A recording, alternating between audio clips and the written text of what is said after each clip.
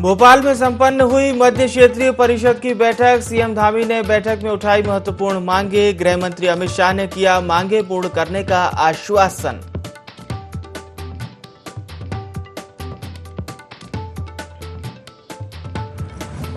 हल्द्वानी में सीएम नवाचार योजना के तहत संग्रहालय का किया शिक्षा मंत्री ने लोकार्पण। उत्तराखंड की संस्कृति, धरोहर, बोली, भाषा को दर्शाता है संग्रहालय।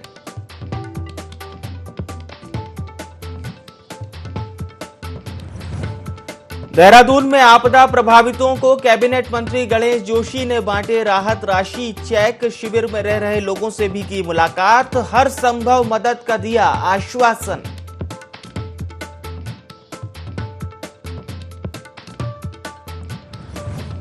अग्निवीर भर्ती में आ रही दिक्कतों का कैबिनेट मंत्री सतपाल महाराज ने लिया संज्ञान। केंद्रीय रक्षा राज्य मंत्री अजय भट्ट से की बात। जरूरी कदम उठाने की मांग।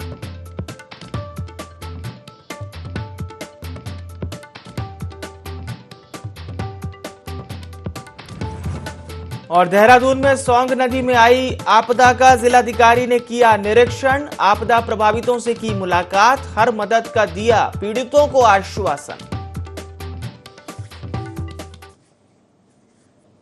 नमस्कार, देवभूमि लाइव में आप सभी का बहुत स्वागत है। मैं हूं विवेक पांडे, आपके साथ खबरें उत्तराखंड की। और बड़ी खबर देहरादून से लेंगे। भारतीय जनता पार्टी की नई टीम का गठन हो सकता है और आज ही नई लिस्ट भी जारी हो सकती है।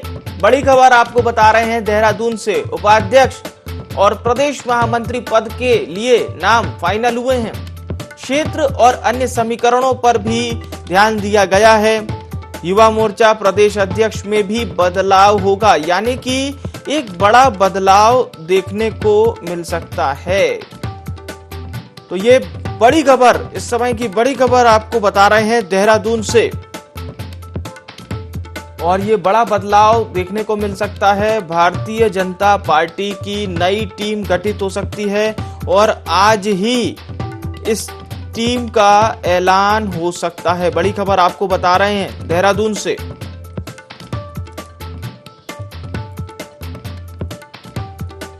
तो ये अपने आप में बड़ी खबर है और जाहिर सी बात है कि इसमें सभी समीकरणों को शामिल करना बहुत जरूरी होगा, क्योंकि सत्तारूढ़ दल है भारतीय जनता पार्टी और इसलिए भी ये बहुत अहम हो जाता है। समझने की कोशिश करते हैं कि आखिर इस बदलाव के मायने क्या हैं और जिस तरह से प्रदेश अध्यक्ष बदले गए, क्या उसी के प्रारूप ये नई टीम बनने जा रही है। बताएंगे हमारे principal correspondent Kailash Bisht live जुड़ चुके हैं हमारे साथ। जी कैलाश, बहुत आसान नहीं होता है सत्तारूढ़ दल के लिए अपनी कोर टीम कह लीजिए उसमें बदलाव करना, और बताया तो ये जा रहा है कि आज ही लिस्ट भी जारी हो सकती है। कैलाश। बिल्कुल विवेक, देखिए प्रदेश महामंत्री का पद बहुत बड़ा पद है भारतीय जनता पार्टी संगठन के अंदर। और अगर उसके अलावा अगर हम प्रदेश उपाध्यक्षों की बात करें तो ये दोनों ही पद बहुत ज्यादा मुफीद और बहुत ज्यादा बड़े और अहम पद हैं संगठन में। और जाहिर तौर पर आपने बिल्कुल वाजिब यहाँ पर बात कही कि एक आसान नहीं होता किसी भी प्रदेश अध्यक्ष के लिए या फिर किसी पार्टी के लिए इस तरह के बदलाव करना। और खासतौर पर जब बदलाव होता है तो जाहिर तौर पर जो दूसरा खेमा होता है, दूसरे खेमे में नाराजगी साफ तौर पर बढ़ जाती है। लेकिन मैं इससे पहले अगर हम जाएं तो पहले हम देखते हैं कि मदन कौशिक जब प्रदेश अध्यक्ष थे तो सबसे बड़ी बात यह थी कि कई ऐसे लोग थे जो लोग उनसे नाराज चल रहे थे। संगठन का एक जो पूरा धड़ा था वो उनसे नाराज था, क्योंकि सबसे बड़ी बात यह थी कि हमेशा उत्तराखंड में ये चीज देखी जाती है, पहाड़, मैदान, ब्राह्मण, राजपूत और गढ़वाल और कुमाऊं, तो इन तीनों ही चीजं को साधने की कोशिश चाहे कांग्रेस हो, सत्तारूढ़ दल हो, ये दोनों ही दल हमेशा करते आए हैं। और यही चीज इस वक्त यहाँ पर देखने को भी मिली, क्योंकि जो इस वक्त मुख्यमंत्री हैं वो राजपूत हैं। तो जाहिर तौर पर जो प्रदेश अध्यक्ष इस वक्त बनाए गए हैं वो ब्राह्मण चेहरा है, महेंद्र भट्ट, और 2 बार के विधायक वो रह चुके हैं। तो जाहिर तौर पर एक संगठन का तो उनको अनुभव है ही, लेकिन साथ ही सरकार में किस तरीके से सामंजस्य बैठाया जाता है इसका अनुभव उनको बेहतर है, क्योंकि 2 बार विधायक रह चुके हैं। और अब जो मदन कौशिक के साथ जो नाराजगी यहाँ पर देखने को मिल रही थी कि जो मैदानी क्षेत्र के लोग थे उनको ज्यादा तवज्जो दिया जा रहा था, तो जाहिर तौर पर जो पहाड़ के लोग थे या फिर जो यहाँ पर जो अति प्रतिभावान जो कार्यकर्ता थे, जो संगठन से जुड़े जो पहले यहाँ पर लोग थे, उनकी नाराजगी यहाँ पर बड़ी थी। लेकिन अब सबसे बड़ी बात यह है कि जब प्रदेश अध्यक्ष की ताजपोशी हुई तो जाहिर तौर पर प्रदेश अध्यक्ष के साथ साथ ये तो तय माना जा रहा था कि बदलाव बहुत ज्यादा अहम होंगे, बदलाव अभी होने भी है। और जो प्रदेश महामंत्री का जो सबसे मुख्य यहाँ पर जो एक नाम होता है या फिर मुख्य प्रदेश महामंत्री जो अपने आप में एक पद है, वो एक बहुत महत्वपूर्ण पद है। तो जाहिर तौर पर नाम का खुलासा भले ही महेंद्र भट्ट ने नहीं किया है, लेकिन लगभग नाम फाइनल हो चुका है। प्रदेश उपाध्यक्ष की मैं बात करूं तो प्रदेश उपाध्यक्ष में जहां एक और पुरुषों को इस वक्त मौका दिया जाएगा, तो मैं समझता हूं कि महिलाओं के नाम भी इस वक्त चर्चा में है कि महिलाओं को भी प्रदेश उपाध्यक्ष। मैं यही आपसे चर्चा भी करना चाह रहा था कैलाश, क्योंकि ये महेंद्र प्रसाद भट्ट जिस तरह से बता रहे थे, कयास भी लगाए जा रहे थे कि कार्यकारिणी में युवा महिला चेहरों के साथ ही अनुभवी नेताओं को भी उन्होंने ये बताया है, यानी संकेत तो दिए हैं कि महत्व दिया गया है। लेकिन वही एक पुरानी बात कि आपको गढ़वाल और कुमाऊं का जो क्षेत्रीय संतुलन है, जातीय समीकरण है, अनुसूचित जाति, जनजाति, अन्य पिछड़ा वर्ग के चेहरों को किस तरह से आप प्रतिनिधित्व देते हैं, तो क्या ये बड़ा चैलेंज है या महेंद्र प्रसाद भट्ट संभाल लेंगे? क्योंकि देखिए, थोड़ा सा अगर हम जातिगत समीकरण समझें तो कहीं ना कहीं वो उसको साधना एक मुश्किल टास्क तो है, हम ये नहीं कह सकते कि ये आसान है। बिल्कुल, देखिए वाकई में ये एक बहुत मुश्किल टास्क है और जाहिर तौर पर आसान नहीं है। लेकिन हाँ, क्योंकि प्रदेश अध्यक्ष हैं, जिम्मेदारी उन पर बहुत है और उनको साथ लेकर चलना है तमाम कार्यकर्ताओं को, क्योंकि अभी कुछ ही समय बाद त्रिस्तरीय पंचायत चुनाव होने हैं हरिद्वार जिले में। उसके बाद त्रिस्तरीय पंचायत चुनाव पूरे प्रदेश में 2023 में होने हैं, फिर 2024 की तैयारी है लोकसभा की। तो ये तमाम चुनौतियां हैं और सबसे बड़ी चुनौती इस वक्त हरिद्वार को लेकर है, जिसके लिए लगातार टीमें हो रही हैं। और क्योंकि नाराजगी और चुनौती इसलिए भी ज्यादा है क्योंकि जिन प्रदेश अध्यक्ष को हटाया गया है मदन कौशिक को, वो हरिद्वार क्षेत्र से ही वो विधायक हैं और बहुत सीनियर वो नेता भी हैं बीजेपी के। तो ऐसे में वहां पर चुनाव लड़ना, क्या अंदर खाने कहीं विरोध तो नहीं है यहाँ पर महेंद्र भट्ट का, या फिर क्या जो संगठन के जो लोग हैं या मदन कौशिक के जो कार्यकर्ता हैं, क्या वो सपोर्ट करेंगे पार्टी को? ये कई चीजें, ये कई चुनौतियां हैं जो महेंद्र भट्ट के सामने इस वक्त खड़ी हैं। और जहां तक बात क्षेत्रवाद की करें या फिर जातिवाद की करें, तो ये एक बहुत बड़ा पहलू है, इसको समझना बेहतर समझते हैं विधायक, और वाकई में इनका संतुलन यहाँ पर बनाना होगा। उसके अलावा मैं आपको ये भी बता दूं कि जो बीजेपी के भारतीय जनता युवा मोर्चा के जो प्रदेश अध्यक्ष है, उस पद पर भी बदलाव होने जा रहा है, तो उसको लेकर भी इस वक्त माथापच्ची तेज है। और आज उम्मीद जताई जा रही है कि आज दिन तक या फिर शाम तक लिस्ट डिक्लेयर हो सकती है। बिल्कुल, और ये भी देखना होगा कि आज मंगल आखिर किसका मंगल करता है। बहुत बहुत शुक्रिया और नजर भी बनाए रखिएगा इस बड़ी खबर पर। देखना होगा कितना बड़ा और व्यापक बदलाव भारतीय जनता पार्टी आज करती है। बड़ी दारोमदार भी कह लीजिए, भट्ट साहब के कंधों पर एक बड़ा दारोमदार भी होगा। और यह भी देखना होगा कि सरकार और संगठन भी संतुलित रहे, किसी भी तरह से कोई ना तो विपक्ष में बात आए, ये साधना बड़ा अहम होगा। नजरें हम लगातार बनाए रखेंगे। खबरों में आगे बढ़ते हैं। उत्तराखंड में एक बार फिर से बसों का संचालन ठेके से दिए जाने की सुगबुगाहट शुरू हो गई है, जिससे रोडवेज कर्मचारी भड़क गए हैं। रोडवेज कर्मचारी यूनियन ने परिवहन निगम के खिलाफ जमकर नारेबाजी की। संगठन 31 अगस्त को काली पट्टी बांधकर विरोध करने वाला है। वहीं 1 और 2 सितंबर को भी धरना दिया जाएगा। बता दें, इससे पहले भी काफी विरोध के बाद 2013 में ठेका प्रथा बंद की गई थी और अब फिर ठेका प्रथा शुरू करवाने के लिए नई एजेंसी नियुक्त की गई है, जिसका रोडवेज कर्मी पुरजोर विरोध कर रहे हैं। यूनियन सदस्य मनोज मिश्रा ने कहा कि ठेके से दिए जाने पर कर्मचारियों को समय से वेतन न मिलने और पीएफ के पैसों में घोटाले की शिकायत है। –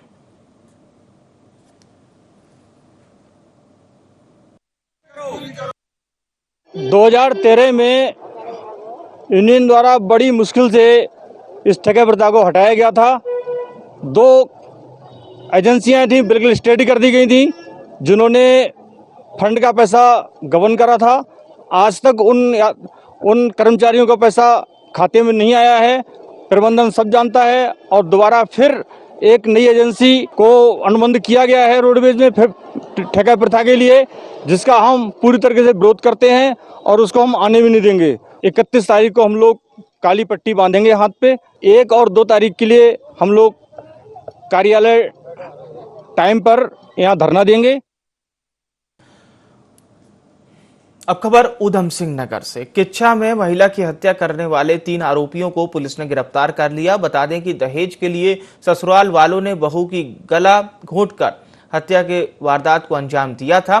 घटना के बाद महिला के परिजनों ने ससुराल वालों पर दहेज की खातिर हत्या करने के आरोप लगाए, जिसकी पोस्टमार्टम रिपोर्ट आने पर हत्या की पुष्टि हुई। फिलहाल 3 आरोपियों को पुलिस ने गिरफ्तार कर लिया है, जबकि घटना में शामिल अन्य फरार आरोपियों की पुलिस सरगर्मी से तलाश कर रही है।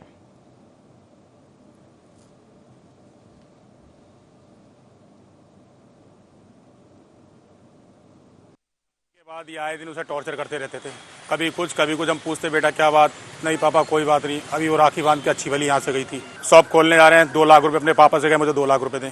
आए दिन डिमांड होती थी, फिर लड़की को मारा पीटी, उसको टॉर्चर करे जाना, ये सब पता बिल्कुल दुखी हो गया। मैंने उसको घर में बैठा के भी बोल दिया, मैंने भाई कलेश वलेश ना करो, वो एक ही बेटी है, तुम जाओ घर बेचो और अपना घर बना लो बढ़िया से, ले लो पैसे, ये भी बात मैंने बोल दी। उसके बाद भी जब तुम्हारे अगर संबंध किसी और से तो फिर तुम मेरी बेटी को छोड़ देते, हम अपना निपटारा कर लेते, तुमने मारा क्यों उसे जान सा? राजकुमार ने आके थाने में सूचना दी कि उसकी पत्नी ने लटक के आत्महत्या कर ली। इस सूचना पर जाके फौरन पुलिस मौके पर पहुंची, जांच की गई, इंस्पेक्टर भी मौके पर पहुंचे, जांच की गई तो यह पाया गया कि वो पलंग पर लेटी हुई थी, उसको किसी ने भी फंदे पर लटकते हुए नहीं देखा। इससे पुलिस को शक हुआ, गहनता से जांच की गई, आसपास वालों से पूछा गया तो किसी ने भी उसको लटकते हुए नहीं देखा। उसको पीएम के लिए भेजा गया तो पीएम में उसकी मौत जो है सांस रुकने के कारण मृत्यु हुई है और उसके हाथों और पैरों में दबाने के निशान थे, जिससे कि उसके हाथ पैर दबा के उसका गला घोटा गया। तो इसी पे मुकदमा को तरमीम किया गया, जिसमें धारा 302 की बढ़ोतरी की गई, 304 की 34 IPS में मुकदमा पंजीकृत कर तीनों अभियुक्तों को, उसकी मां राजकुमार, उसके लड़के राजकुमार के पिताजी और उसकी मां को जेल भेजा जा रहा है और उनके जो 4 भाई और बहन हैं उनको भी शीघ्र गिरफ्तार करके जेल भेजा जाएगा और इसमें सख्त कार्रवाई की जाएगी। बीते दिनों से सोशल मीडिया पर एक वीडियो वायरल हो रहा है, जिसमें उप जिलाधिकारी पौड़ी आकाश जोशी एक कांग्रेस कार्यकर्ता के साथ अभद्रता करते दिख रहे हैं। दरअसल ये मामला 20 अगस्त की रात पौड़ी तहसील का है, जहां कांग्रेस कार्यकर्ता नितिन बिष्ट प्रमाण पत्रों की देरी और अव्यवस्थाओं को लेकर तहसील पहुंचा था, जहां उप जिलाधिकारी आकाश जोशी से उसकी कहासुनी हो गई। बस फिर क्या था, एसडीएम साहब ने कार्यकर्ता को मारने तक की धमकी दे डाली, जिसके बाद से कांग्रेस कार्यकर्ताओं का जगह जगह विरोध देखने को मिल रहा है। कोटद्वार में भी कांग्रेस कार्यकर्ताओं ने उप जिलाधिकारी पौड़ी आकाश जोशी के निलंबन की मांग करते हुए उप जिलाधिकारी का पुतला फूका।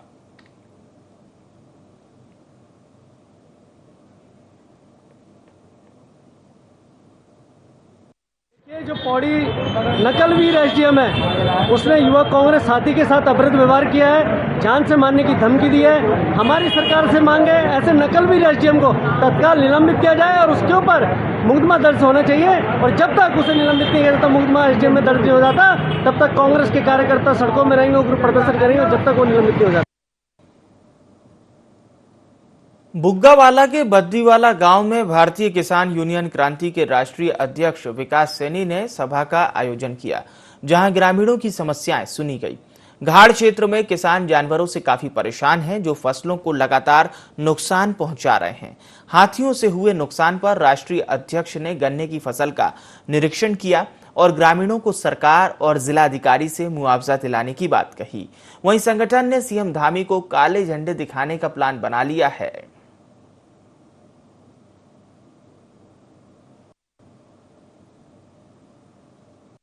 होगा इन काश्तकारों की फसल का जिम्मेदार कौन होगा, मैं ये बताऊं। जो सरकार करने वाली है वही नहीं कर सकती तो करेगा कौन? हमने कितनी बार मतलब इन फॉरेस्ट वालों को कह दिया, लेकिन इनकी सिर ने कोई जू नहीं सड़ाती। बताओ क्या कर सकते थे? इसकी तमाम फसल को तो हाथी और वगैरह जानवर खा जाते हैं। ये कहाँ जाएंगे? एक इकबालपुर मील का 3 साल का गन्ने का पैसा बकाया रह रहा, उसे कौन देगा भाई? आज बादीवाड़ा बुग्गावाड़ा के एरिया के किसान इतने परेशान हैं कि जंगली हाथियों ने, जंगली जानवरों ने फसलों का नाश किया पड़ा कर रखा बिल्कुल ही। एक टाइम वो आएगा कि ये लोग फसलें करनी बंद कर देंगे और सिर्फ पेड़ उगाएंगे और गांव के लोग बाहर निकलना बंद हो जाएगा। गांव के लोगों का, प्रशासन की पूरी लापरवाही है इसमें, हर मामले में प्रशासन की, बिजली विभाग की पूरी लापरवाही है। खेतों में खंबे खड़े हैं, कहीं नुकसान हो रहा है तो कहते हैं खंबा यहाँ से उठाओ, तो उसका उन्हें उखाड़ने के पैसे दो पहले, तब जाके वहां से उखड़ेगा वो, नहीं तो खंबा नहीं उखड़ता वहां से। वो हमारे से पूछ के लगाया था खंबा उन्होंने, वो हमें कौन सा उसका किराया दे रहे खंबे का, वो हमें कौन सा मुआवजा दिया उन्होंने खंबे का, मोल ले ली जमीन उन्होंने बिजली डिपार्टमेंट ने। वो हमने तो सिर्फ यहाँ पे रुकावट करनी है जंगली जानवरों की, और रुकावट 1 महीने के अंदर अंदर सरकार ने नहीं की तो हम धरना देंगे और मुख्यमंत्री का आवास घेरेंगे, डीएफओ के कार्यालय को घेरेंगे, डीआरटी कार्यालय को घेरेंगे, इनको बंद कराएंगे। जिस तरह से बुग्गावाड़ा और बादीवाड़ा ये क्षेत्र पहले ही पिछड़ा हुआ क्षेत्र है, और आज सरकार ने बिल्कुल इस क्षेत्र के प्रति आंख मीच रखी। बिल्कुल भाई, जिस तरह से आदमी पता नहीं, किसान पता नहीं कैसे कैसे अपनी फसलों में खाद पानी बीज का इंतजाम करके, कर्जा लेकर, क्रेडिट कार्ड निकाल कर अपनी फसल बोएगा। उस फसल को वन विकास निगम के अधिकारी बिल्कुल पूरी तरह से सोए हुए हैं, उस फसल को हाथी और ये जानवर खा जाए। तो इनकी जो ये इतनी मोटी मोटी तनख्वाहें ले रहे राजाजी नेशनल पार्क वाले अधिकारी कर्मचारी, वन विकास निगम के कर्मचारी पदाधिकारी, ये सब जो इतनी मोटी मोटी तनख्वाहें ले रहे, कह के लिए ले रही। बिजली विभाग भी पूरी तरह से उत्पीड़न कर रहा है। ये बेचारे कहाँ से बिल देंगे?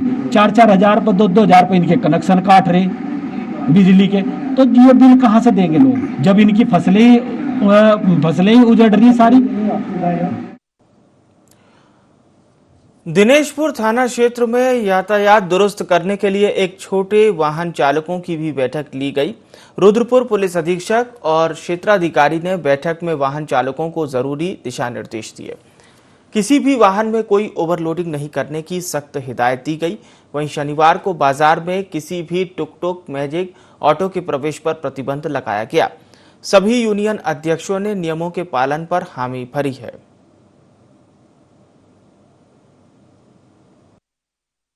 ये टुक टुक और मैजिक टेम्पू सभी के जो पदाधिकारी थे उनको मेरे द्वारा बुलाया गया और उनकी मीटिंग ली गई।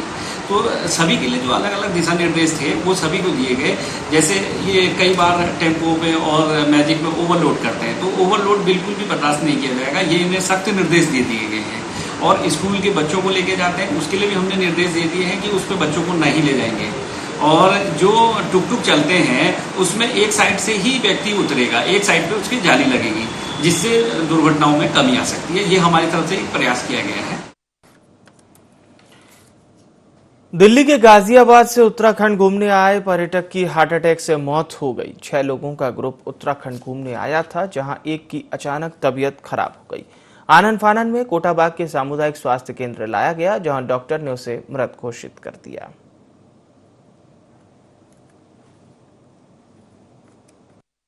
दिन में 1-1:30 बजे लगभग हमारे पास एक पेशेंट आया जिसका नाम था विपिन शर्मा।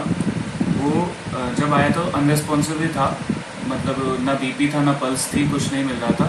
तो हमने उसे रिससिटेशन शुरू किया, उस पर बैग एंड मास्क वेंटिलेशन शुरू किया, ऑक्सीजन पे रखा, लेकिन कम से आधे घंटे प्रयास के बाद भी कुछ असर नहीं पड़ा। तो हमने उसे डेड डिक्लेयर करा।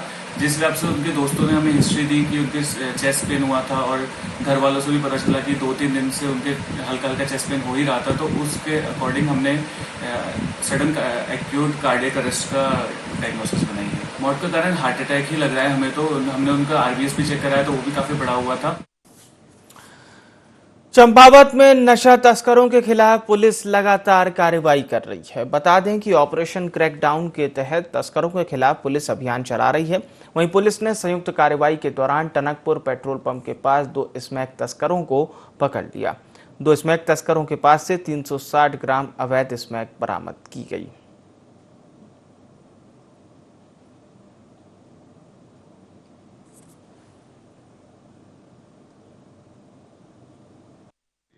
के 2 युवक, एक का नाम स्मित किशन है और एक का नाम अजय संजय नगर के रहने वाले हैं, और ये अपने साथ वहाँ से स्मैक लेके निकले थे। और हमारे द्वारा पूर्व में भी जो टीमें बनाई गई हैं उनके द्वारा लगातार इसमें सर्विलांस पे और मैनुअली पूछताछ करते हुए जो लोग यूज़ कर रहे हैं उनसे पूछा गया कि कौन लोग इसको सप्लाई कर रहे हैं। उसी क्रम में आज सवेरे इन दोनों को चेकिंग करते हुए यहाँ टरकपुर में ककराली गेट से थोड़ा सा पहले पकड़ा गया था और दोनों को तलाशी करने के बाद से दोनों के पास है लगभग 360 ग्राम इसमें बरामदगी है और इन दोनों को अभियुक्तों को गिरफ्तार करने के बाद से NDPS की धाराओं में अभियोग पंजीकृत करके अग्रिम कार्यवाही हेतु न्यायालय पेश किया। ऋषिकेश की रहने वाली साक्षी काला को गढ़ रत्न नरेंद्र सिंह नेगी के गीत कब एली में प्रतिभाग करने का मौका मिला है। 24 वर्षीय साक्षी काला के इस मुकाम से परिवार में साक्षी के माता पिता काफी गर्व महसूस कर रहे हैं। वहीं स्थानीय जनप्रतिनिधि और क्षेत्र के लोगों का साक्षी के घर पर बधाई देने के लिए तांता लगा हुआ है। सोमवार को स्थानीय पार्षद वीरेंद्र रमोला दर्जनों ग्रामीणों के साथ साक्षी के घर पर बधाई देने पहुंचे और साक्षी को मोमेंटो और पुष्पगुच्छ देकर सम्मानित किया।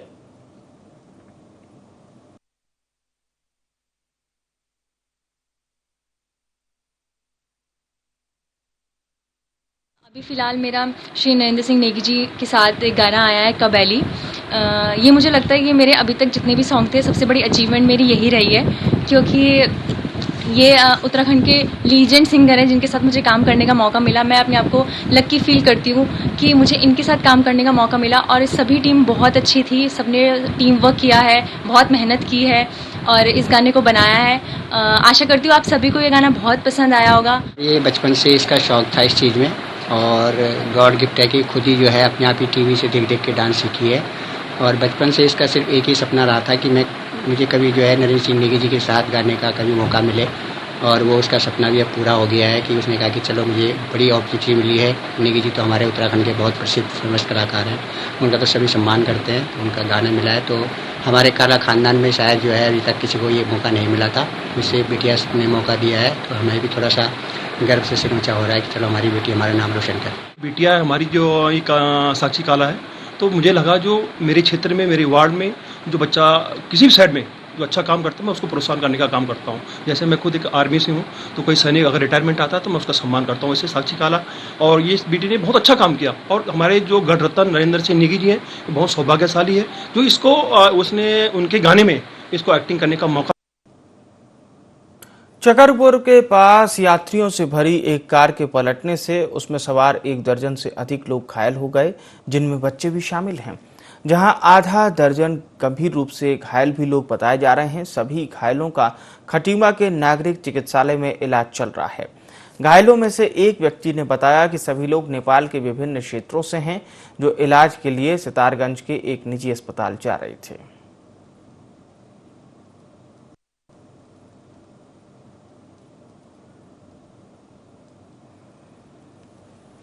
सितारगंज के व्यापार मंडल अध्यक्ष राजीव गुप्ता पर एक महिला ने अमर्यादित भाषा का प्रयोग और छेड़छाड़ करने का आरोप लगाया। महिला के अनुसार उससे अभद्रता और अमर्यादित शब्द कहे गए। महिला ने कोतवाली सितारगंज में इसकी शिकायत भी दर्ज कराई। महिला की शिकायत पर कार्रवाई करते हुए राजीव गुप्ता और 2 व्यक्तियों पर मामला दर्ज किया गया। और इस घटनाक्रम के बाद सितारगंज के व्यापारियों ने एक मीटिंग भी की।